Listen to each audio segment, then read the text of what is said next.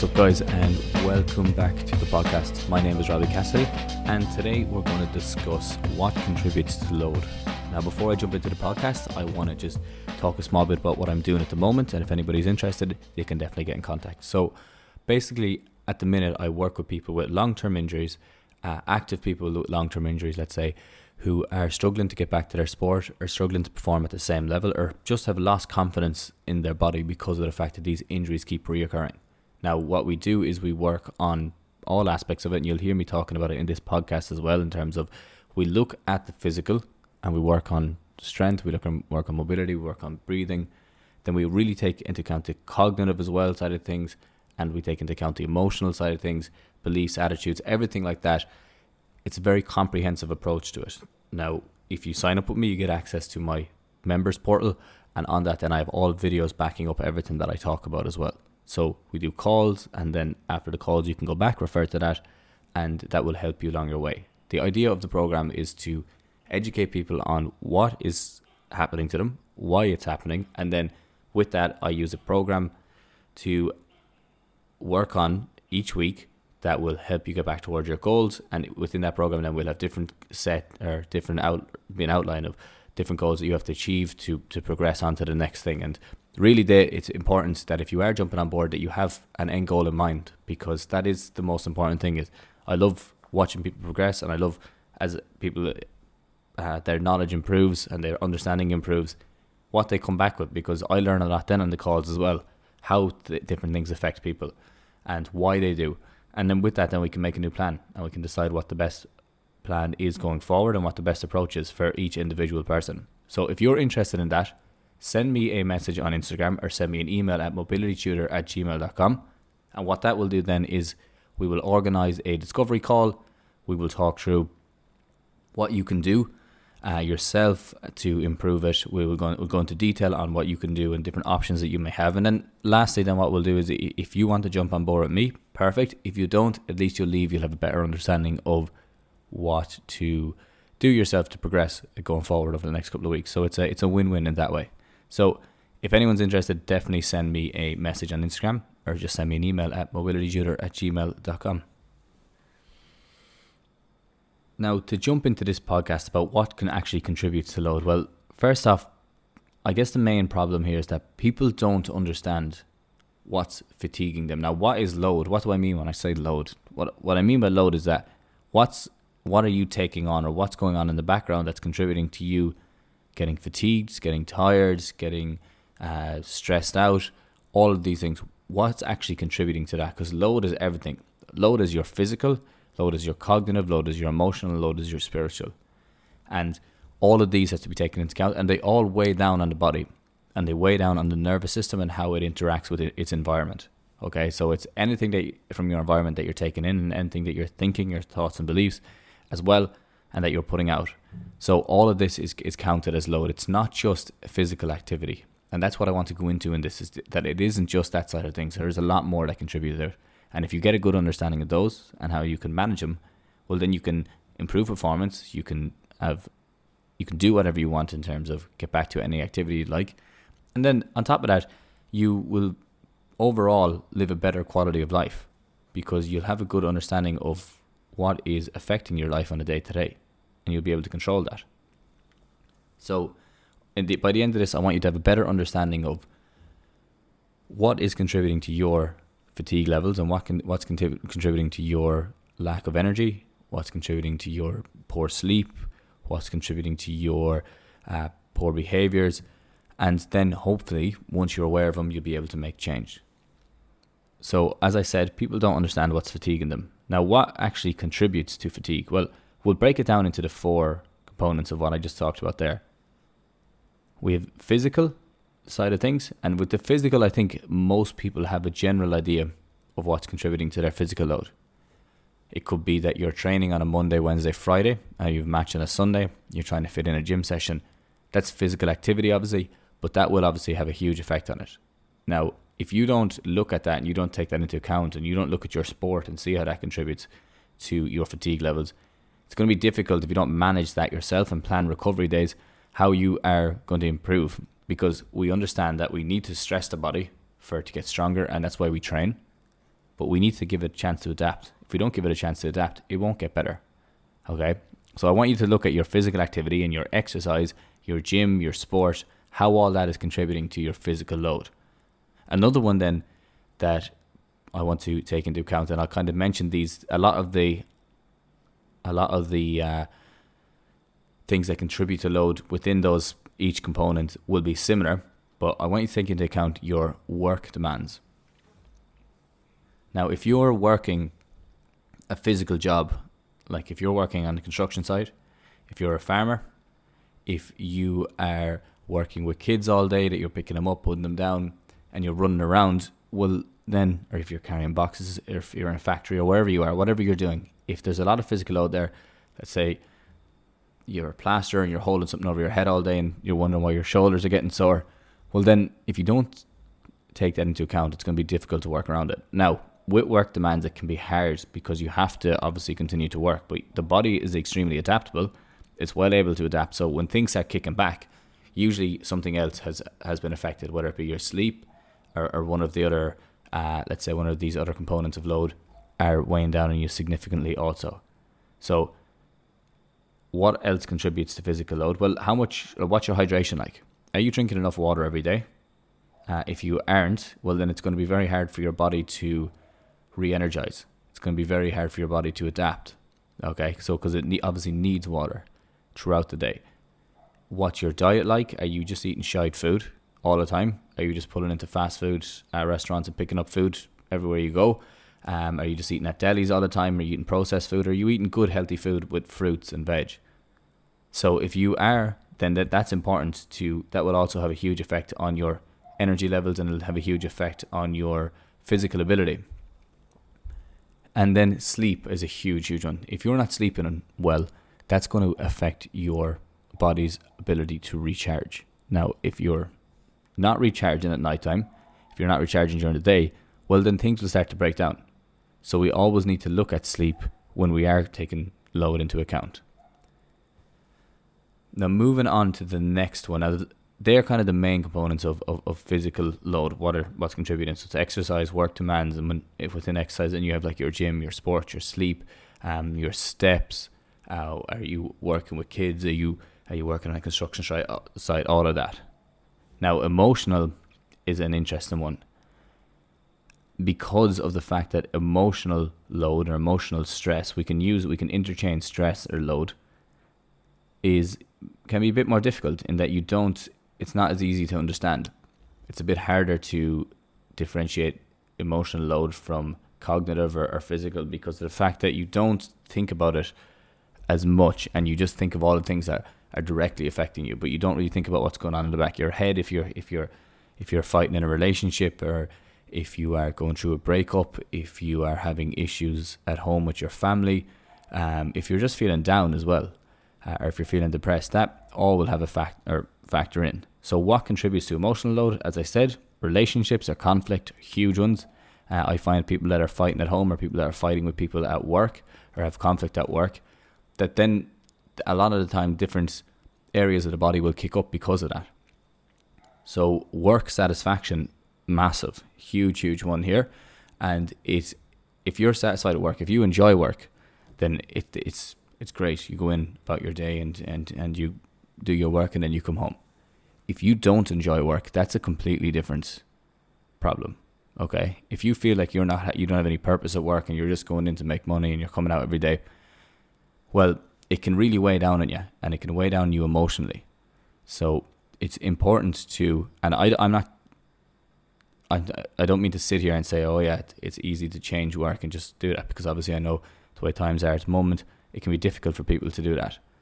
But if it's having a massive effect on your quality of life, then it's very important to reconsider what you can do and what you can change to improve that. Now, for some people, that might just be that they don't like going into the office as much and they want to work from home. For others, it could be the exact opposite, and they prefer to work in the office and they hate working from home. But it is important to take that into account, what your work satisfaction levels are like. If you're dissatisfied with work, if you don't like going into work, and if you don't enjoy it, everything else will be affected. So your sleep will be affected, you'll eat worse food, you won't be as inclined or as motivated to do other things, And on top of that, you'll just be drained. It'll drain you a lot more to go in and spend a day inside. Now, moving on from work satisfaction, then you're looking at life satisfaction. How happy are you on a day to day? How many activities that you do during the week that you enjoy? Or do you get caught up in the, I guess, is it the rat race that you just get up and you go to work Monday to Friday and you're only waiting for the weekend and you live for the weekend? Because then you can go out on the tear on Friday, or you can go out on the tear on Saturday night. You'll sit hungover all Sunday, and then you'll come back around and you'll do the same thing. And that's a cycle that people get caught in a lot. And it's trying to break that cycle. What things are you doing throughout the week that you enjoy? Now, and the reason I say this, and I tie it back to, let's just say, the clients that I'm working with. If they aren't doing other things during the week that they enjoy, and they're just doing work or they're just studying all the time, well, then there is a lifespan to that, in that you will find at a certain stage there that you're just not going to enjoy it anymore, and that you're going to feel down, or you're going to feel depressed, or you're going to feel like you're not living up to your potential. And you might get irritable at people, you might get pissed off at people. But as I said, these are all signs of fatigue. Okay, so if you can control that, and if you can look at activities that you can enjoy more, well then, and fit them in throughout the week, whether it be go to the gym, whether it be just go for a walk, or it could be just go down and sit by a river. It might be that you do yoga, you do dancing, you do art. It could be anything. And a story of a client of mine who was having a lot of trouble back pain wise, because she couldn't do any activities that she enjoyed anymore, which was a huge thing for her. Yoga was a big one. What we talked about on the call is, or on one of our calls, we went into a bit of detail on like, what can we do here that will, because when pain levels are high, life satisfaction drops in general. Now, vice versa, when life satisfaction drops, pain levels increase and you get more stress. So it can be a vicious cycle that way as well. And what we looked at doing with this lady is that, because she was out of yoga and her movement practice had stopped, and it was even getting to a stage that the back pain was so severe that she couldn't get out for her walk in the morning, we made a very little simple change to her routine. And I said to her, I want every single day, I want you to put on a song that you love, and I want you to listen to that whole song. And while you're listening to that song, I want you to dance for the full 3 minutes, 4 minutes, 5 minutes, whatever it is. And I want you to dance and enjoy yourself for that time and just forget about everything else. And I said, just let yourself go. You don't have to worry about what way you're moving. You don't have to worry about anything. And week on week on week after that, we saw huge improvements. Now, there was different setbacks along the way, no question. But just by that little simple introduction or reintroducing something that this lady used to love doing and had stopped for numerous reasons, but just had stopped, so it kind of went out of her mind as well. She then started doing it with her family more, and because of that, then she started improving, and very soon after, she was back doing all the activities that she loved again. But as I said, you hit barriers along the way, and it's important to reintroduce and introduce different things along the way when you do hit those barriers. It's not all clean sailing just because you make one change, but it did have a huge impact. It had a fairly significant impact on this lady's life, that small change of let's just dance for one song every day.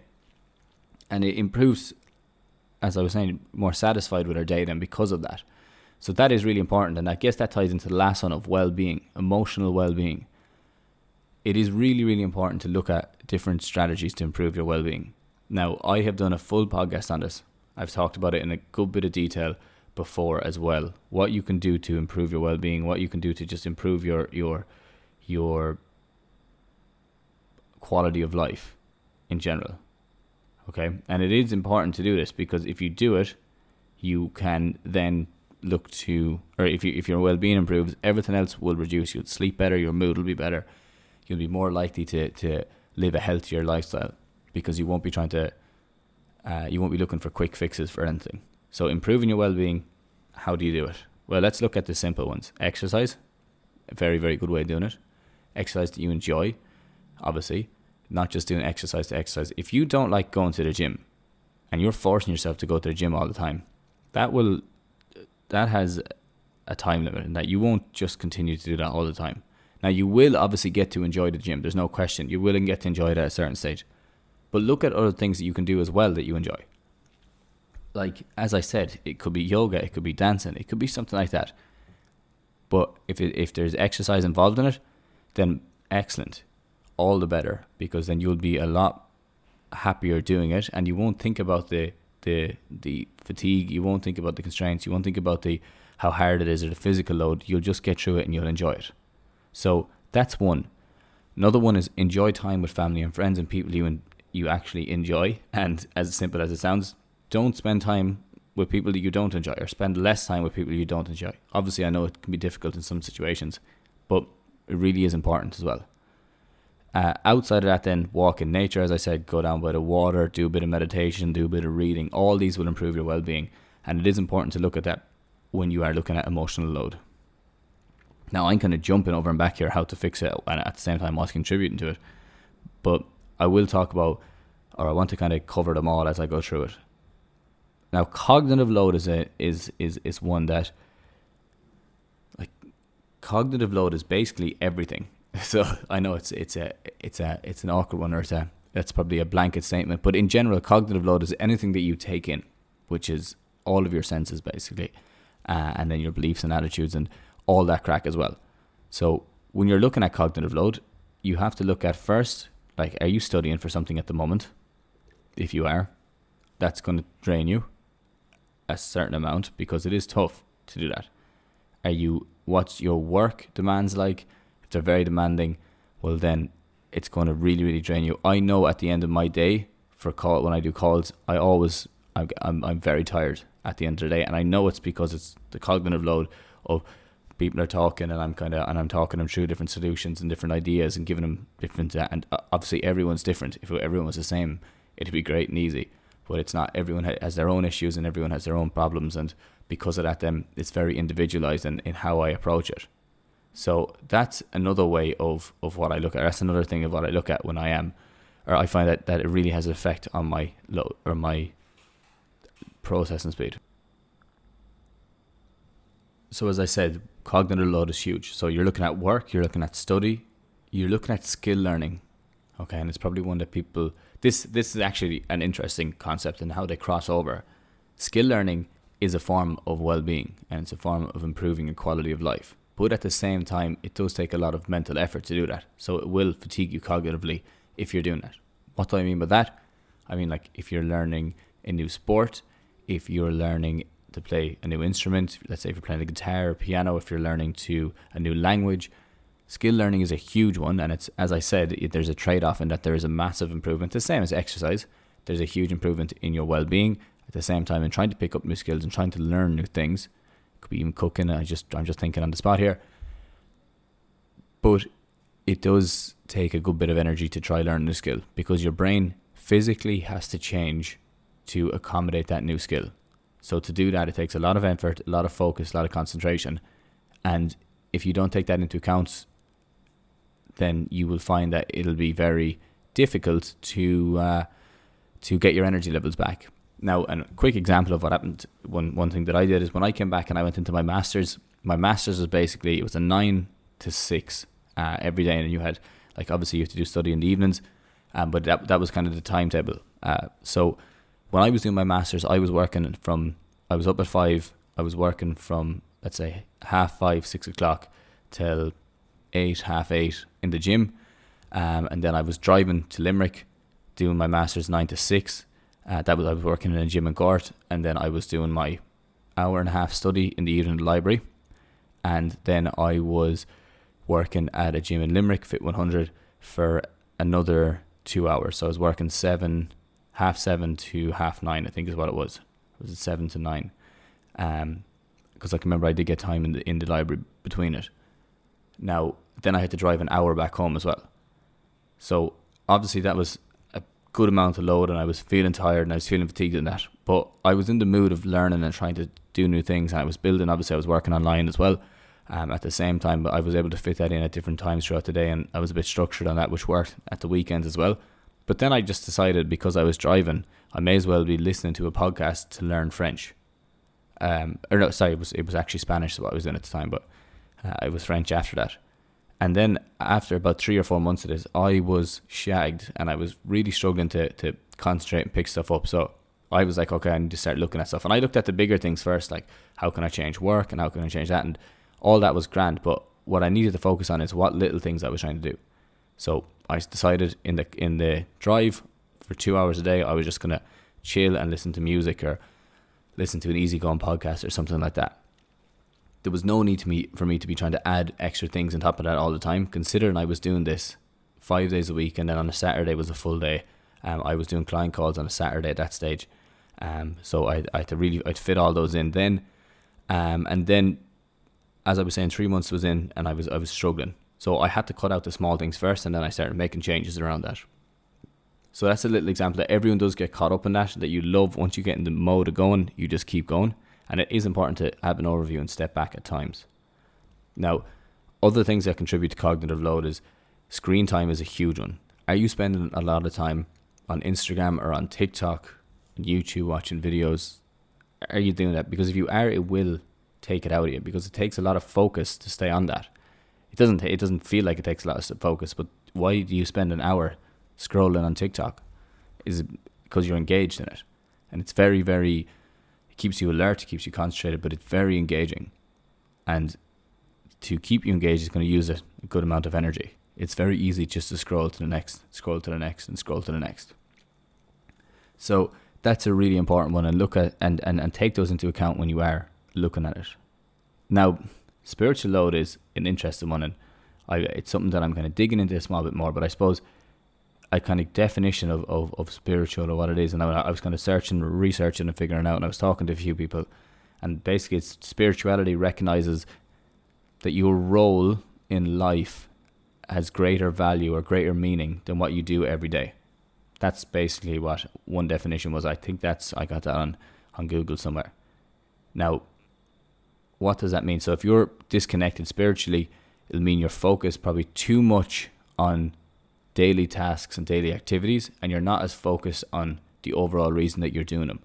So like joy, fulfillment, bonding. Now everyone has their own interpretation, but I'm using this as a kind of to give you a better idea of what it is for the people who wouldn't really know. People who do know what it is or have a better understanding of it themselves or have a different understanding, then it's important, or keep that and add to it what you can and what you will. And I'd love anyone that does have a better understanding of it to send me on, or to get onto me on Instagram. I was talking about it a couple of weeks ago, and a few people got onto me after, sending me on books and stuff like that. So I'm in the process of buying those now and getting them delivered and reading them. I want to read them then and kind of get a better understanding of it myself. But if anyone does, send me on articles, send me on whatever you want on Instagram, and I'll look into it. But really, I guess it's when you're looking at your spiritual load, it's that you're not living according to your values or your ethics as well. And then you may have negative belief systems about how the world works and everyone's against you and all that. So it is important to look at that as well, and how much that's affecting your lifestyle. Are you living up to your normal values? Are you an honest person who's been recently dishonest with people? Because that's going to have an effect on you. It's going to weigh on you all the time. Now, to move on from there, I don't want to kind of focus in that too much, because I don't want this podcast to go too long, and I'll kind of give you a brief overview because I've been talking about it throughout. But when you're looking at managing it better and how to improve your recovery, I've done loads of podcasts on recovery, and I would definitely check out Structuring a Recovery Day, where I talk about these as well. But you need to get the basics right first. You need to sleep properly. You need to get your diet so you're eating healthy food. You need to be drinking enough water. You need to be exercising, but exercising to the point that you also are recovering as well. And then you need to manage your stress better. So when you're looking at the physical, you're looking at just including more recovery days. Maybe a change of stimulus, that if you're, instead of doing an extra day's training, you're taking that day off, or instead of doing a night's training, you change the stimulus. So instead of doing a gym session, you go for a swim. Okay. You might look at going into the sauna, things like that. The emotional, then you're looking at, obviously all the other ones contribute to that. So physical activity is huge. And I know in certain sports, they use physical activity, and even with the gym, people use that to deload, I guess is probably the best way of saying it, and just de-stress. So that's a good one, but just make sure that doesn't take over your life, and that you have other ways of getting out of that as well. Going for a walk, going for a nap if things are becoming overwhelming, or journaling is a very, very good one. And what I say when you're journaling is that everyone has their own form, and you figure out your own form. But if someone's looking for a really easy, quick to start one that you can do right now, I use this 5-minute junk journal. You just set a timer, 5 minutes, and you write. And within that 5 minutes, you don't have any punctuation.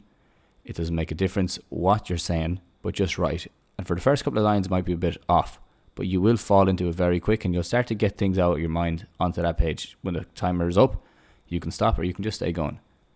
But it's a really, really effective method for me, and I found for clients as well, by just introducing that and taking your time, or taking that time out to do it. But you have to take time out to do it consistently. Meditation, an excellent one for all of the above. Emotional can be very, very good as well. Help you get over certain conflicts and help you kind of get a clearer view on what's going on. And then, as I should say, there's loads of types of meditation. There's a load of them. I could be digging in here all day if I went into them. But if you want to, there's an app that I used. It was called Neo. It kind of talks you through different forms of meditation, and it's very good. I found it very helpful. There's a paid and a free version. The free version is perfect for people who are just getting started. Now, cognitive load, how do you do it? Well, you obviously have to look at reducing your screen time, reducing your workload, planning recovery days, and then looking at your schedule. So if your schedule is stacked, that you're running from one thing to the next throughout the whole week, like I was saying I was before in college, then you need to look at how you can work around that and how you can kind of reduce that down a bit to give you a chance to relax in between. Exercise is also good, and as I said, napping is an excellent one. When it comes to spirituality, I will have a better understanding of this in the next couple of weeks, so don't worry. But when it comes to that, I think looking at the normal ones, what people do, people that are in prayer, from my understanding of it, is a meditation. You're sitting there and you're praying and you're giving thanks for everything, and you're looking at the world as looking at that there's bigger things than yourself. I think it's an excellent version. Now, you don't have to be praying to, you can pray to whoever. I don't mind. But taking that time out of your day to sit down and really just relax yourself and give thanks ties into the next one, which is gratitude. And I think gratitude is definitely one that cannot be understated in how effective it can be in keeping you in line. And it's really important. It's something that I should practice a small bit with myself, and I understand that I should do that. But gratitude is one that if more people fit it into their lives and they were grateful for the things that they have, as opposed to always looking for more, you could see that you'd have such a better quality of life. And when I say this, I need to take my own advice as well on this one. It's something that I want to practice more. It's something that I try to fit into my journaling now. And if I do it more, I can see the benefits of it, because you can see the benefits of it right away. It's one of those things that you're happier after you do it always. So guys, that's the basis of everything that I wanted to talk about today without making the episode too long for you. And hopefully you picked up on a lot of the stuff that I was talking about. But really, I just wanted to take away that there is that physical load. Everyone knows about that. You have cognitive load. It's also very, very important. And it also has a huge role, because everything that you're taking in is going to be processed. You have emotional load, which some people probably don't look at as much. And then you have spiritual, and how that may be weighing down on you as well. So if you get an understanding of what is involved in each of those, you break them down, you get an understanding about to improve them, you will hopefully in time live a better quality of life.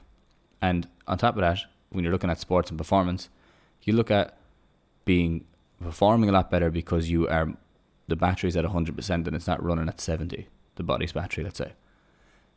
And you'll be more focused. You won't be thinking about loads of other things. You'll be ready to perform when it's time to perform.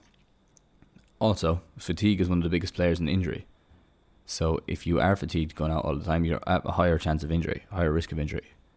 So always come back to that as well. Of if you're listening to this podcast and you're just looking for the performance benefits, there is performance benefits to it, and it's important to really take note of those. But that, guys and girls, is everything I wanted to talk about today. As I said before, I would love if you could subscribe to me on iTunes and follow me on Spotify. Check me out on Instagram at Mobility Tutor. So, I was going to say, sign up to my newsletter as well, because my newsletter is little pockets of information every Friday that I go into detail on a little subject. Now, the month of October will be on recovery, and you can sign up on my if you go into my Instagram, there's a sign up link there. Other than that, if anyone's interested with or struggling with long-term injuries or struggling with that they've lost confidence in their body because of injury, definitely get in contact. We'll set up a discovery call and we'll discuss it in a bit more detail, and at least you'll go away with a better idea of what to do yourself. But other than all of that, I want to thank you so much for listening again. I really do. I really appreciate that you because people are getting on to me more, and I love to get the feedback on it. So definitely do send me feedback. If you wouldn't mind, I'd love if you could share it with a friend or post on your story. That's excellent as well. It really helps promote the podcast. But guys, that's everything, as I said, from me today. So I will let you all go. Thank you very much, and I will chat to you all again soon. Have a good one.